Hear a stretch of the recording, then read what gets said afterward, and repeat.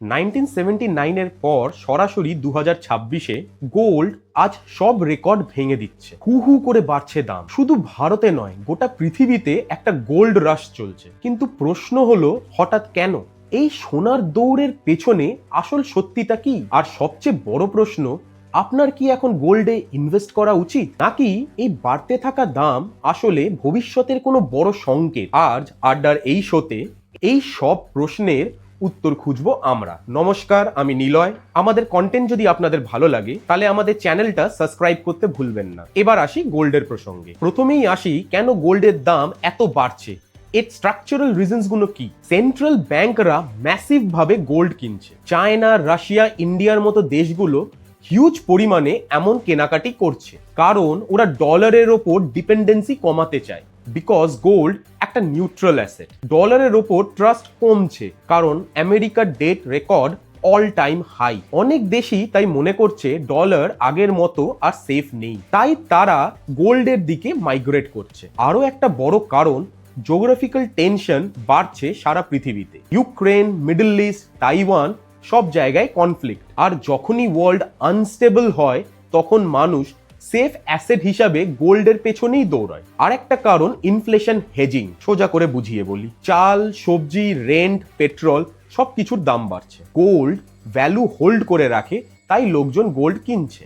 Share মার্কেটের মতন gold অতটাও আনস্টেবল নয়। আরো একটা কারণ, রিটেল প্লাস ইটিএফ ইনভেস্টমেন্ট বাড়ছে। নর্মাল মানুষ আর বড় ইনভেস্টর দুজনেই গোল্ড আর ইটিএফ এ টাকা ঢুকাচ্ছে। ডিজিটাল গোল্ডও পপুলার হচ্ছে দিন দিন। আরো একটা কারণ, অল্টারনেটিভ কারেন্সি যেমন ব্রিক্স।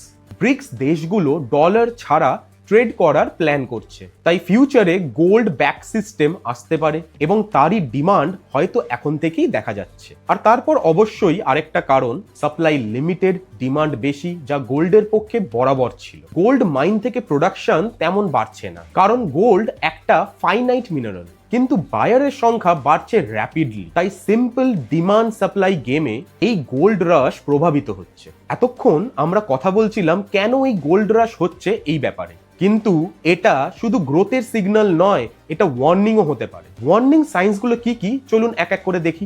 ওয়ার্ল্ড ইকোনমি স্লো হচ্ছে, আর যখন ইকোনমি স্লো হয় স্টক রিস্কি ইনভেস্টমেন্ট বলে মনে হয়, আর গোল্ড তখন সেফ দাঁড়ায়। কারেন্সি ওয়ার স্টার্ট হয়ে গেছে। প্রত্যেকটা দেশ নিজের টাকা উইক করছে এক্সপোর্ট বাড়ানোর জন্য। এতে গ্লোবাল ট্রাস্ট ভাঙছে। আপনারা নিশ্চয়ই লক্ষ্য করেছেন যে আমাদের ইন্ডিয়ান রুপিস এই গোল্ড রাশের সময় হুহু করে তার ভ্যালুতে ফল করেছে। ডেট বাবল বড় হচ্ছে। পুরো দুনিয়াতে 300 ট্রিলিয়নের বেশি ধার। যদি ক্র্যাক হয়, গোল্ড হলো ইন্স্যুরেন্স। স্টক মার্কেট রিয়ালিটি থেকে আলাদা, এটা বুঝতে হবে। শেয়ার মার্কেট হুহু করে বাড়ছে কিন্তু রিয়েল ইকোনমি উইক হতে পারে। এরম সাইকেল ইউজুয়ালি রিসেশনের আগে দেখা যায়। মানুষ ফিউচার নিয়ে কনফিডেন্ট নয়, বরং তারা ভয় পাচ্ছে। রিটেল গোল্ড বাইং হিস্ট্রিতে দেখা গেছে রিসেশনের আগেই স্পাইক করে। ডি ডলারাইজেশন শক আনতে পারে। যদি ডলারের পাওয়ার কমে, পুরো ফিনান্সিয়াল সিস্টেম রিসেট হতে পারে। গোল্ড কেনার এই উন্মাদ দৌড় সেই পজিশনের দিকে ইঙ্গিত করছে। গোল্ডের ভ্যালু যখন এভাবে বাড়ে তখন এটা শুধু প্রফিটের সিগন্যাল নয়, এটা ভয়ের সিগন্যালও বটে।